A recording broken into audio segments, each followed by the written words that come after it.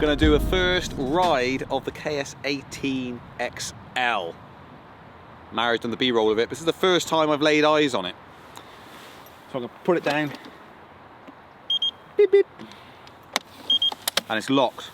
First thing I notice, it doesn't like that. First thing I notice, let's power that off a second, is that this is a different colour. So the actual trolley handle struts are like a gunmetal greyish colour. The foot plates are black underneath, and the struts that they sit on are gunmetal grey as well. And it's got a brand new mudguard at the back. We'll see how that one goes, because at the moment it's nice and clean, so the shell is really clean. But it looks like it might be a bit on the small side, but as we're going to be riding up through what you see behind me is the forest, then we're going to get some mud on this old girl and we'll just see how it goes. Trolley handle feels stable, but I'll unlock it and then we'll head off and ride it. So the differences are battery size and the colour of some of the metalwork and the foot plates. The foot plates underside are a different colour. They're not bigger. The XL doesn't come with bigger foot plates, but we do sell them.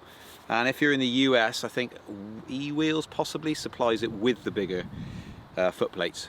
It might be by order only. But anyway, we sell the foot plates on our store, speedyfeet.co.uk, of course. Go there and we sell the XL foot plates. So if you've got a KS18L and you want the bigger foot plates, we do those on the site. This comes with the same size foot plates as the 18L, but of course you can upgrade to the XL foot plates. So as it stands, as standard, what Kingsong releases, the XL, is a bigger battery.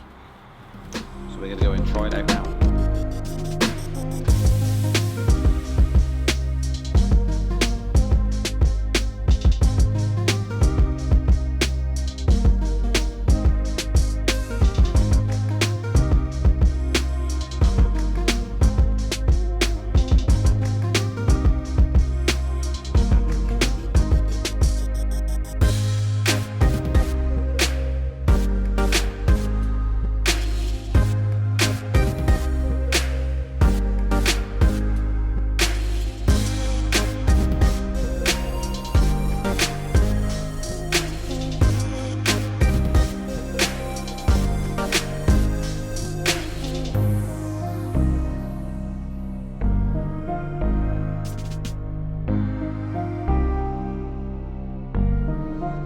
Just heading out now on the range test to see how far I can actually go on one charge. Now, worth noting, it is actually 0 degrees C, so pretty cold, and it's going to be quite a hard push. So we'll see what probably the minimum you're going to get from, which is like our usual range test really. So let's see what she does.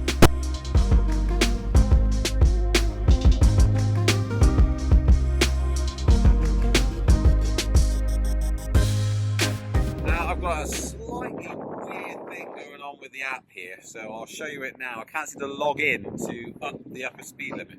So it says lovely notice, yes. You say yes, it's gone. You click log in, lovely notice, yes. So then if I go to device, go to more, speed setting, it takes me to the login screen, says lovely notice, and goes back again. So I can't change, oh dear, can't change the login, sadly. I can't log in, I can't change the speed setting. So I'm stuck at about 17 miles an hour, about thereabouts. So yeah, a bit unfortunate.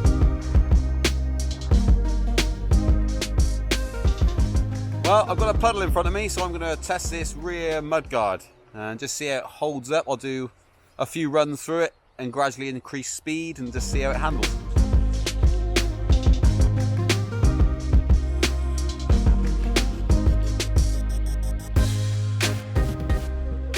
The actual amount of splatter up the side of the unit is really negligible really. I suppose if you're wearing a suit and didn't have any trousers over the top of it, which you probably would have if it's raining, but otherwise you'd have little spots on your trousers. Nothing major. It seems to have held up quite well, to be honest. I went through pretty quickly. I wasn't trying to be as slow as possible. So mudguard seems okay, which is pretty cool. I like that.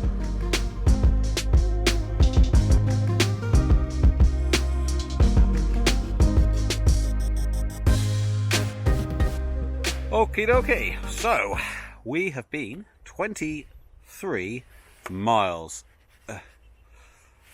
So 23 miles, been out for an hour and 32. Got average speed of 15 miles an hour. So I'll carry on and see if that's a true 50%. Theoretically, it could do 46 miles. That would be pretty awesome.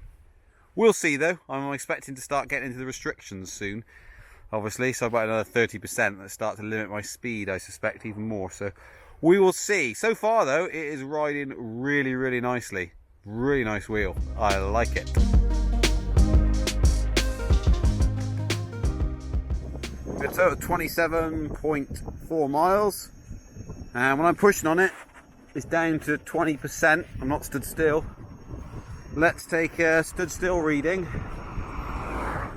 Not a bad little spot to stop. Let's check. It stood still. You can't really see that, but the battery is 38% because it will not focus. When you're riding along now, I'm only, what, 27 miles, wasn't it, I think I said? You'll find that it hits the 20% mark, so it really throws you back quite violently because it's on low battery. So it's always that. It's always after this 50% thing. With almost all wheels, you get down to sort of 20% battery and you get heavily restricted. The issue is that obviously it reads out at 50, but as soon as you hit a hill, it drops down to 20 or 10 if you're pushing it hard up a steep hill. And then you've got all that firmware at play, which then tilts you back and slows you down, which is good because it's safe. But anyway, I'll continue on and see what we can squeeze out of it. Right, well, we're climbing a bit of a hill now.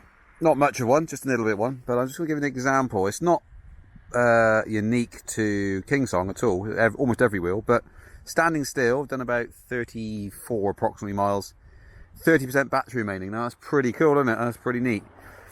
But this slight incline, of course, makes a drastic effect on it. And I will show you that now. Basically, you just, as soon as you jump on it, I'll say it's not unique to any wheel, 29% battery there. Now, as soon as I jump on this and lean forward, that's now dropped down to 12%. So you've got to remember now, at 12%, this will tilt back quite violently to warn you that you're on low. And sometimes it goes down to 0, the readout. Please decelerate. Please decelerate.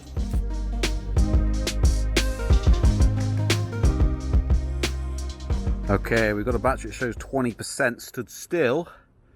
And then we're just going to try this hill here, which you kind of get an idea of how steep it is. Incredibly steep. We'll just see how it acts on a really low battery.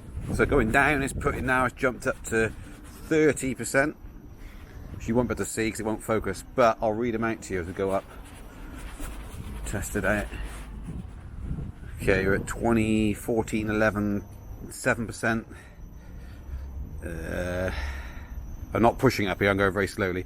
8%, 7%, 6%, 4%, 0%, 0%, 0%, 0%. Woo! Okay, well, going very slowly acted just fine. I've more or less had enough now. I'm riding around on about 4 or 5% when I'm riding along the flat. So I'm probably going to call it quits. Gets a bit bored at real slow speeds. Still pretty acceptable speed, to be fair. It's such a low speed, but the constant tilt back. It's a pretty low battery now. Headed back up. This hill's going to be interesting. So we're at 0% now. Just 0%. Please decelerate. 36 miles isn't bad, and remember, it is winter. As you've seen some ice in some of the shots we've done, it is incredibly cold, so -1. In fact, the first thing this morning was -3. But -1 was out riding, probably went to about 0, so around about that. So you're always going to get less. For those of you who don't know, lithium-ion batteries, you're looking at about a 30% loss in winter and these sort of temperatures, up to 50% loss. But take it as it is, 36 miles, which is a lot more than I got out of the 18L. So the XL gives you that much more. If you haven't seen the 18L video, it's a cheaper wheel, but basically it's just got smaller batteries. Everything else is the same apart from the colour of the foot plates, as you can see here. You've seen shots of them before as well. And the mudguards changed. They've updated the mudguards essentially. So it rides really, really well. I was quite surprised. I think the extra weight on it made it sit on the road a bit better than the 18L, not quite as light. So it just felt really stable and really strong. I've had no issues with it whatsoever, and of course now what we're going to do is carry it on until 1,000 kilometres. And we'll get the chance within that to do a summer test as well.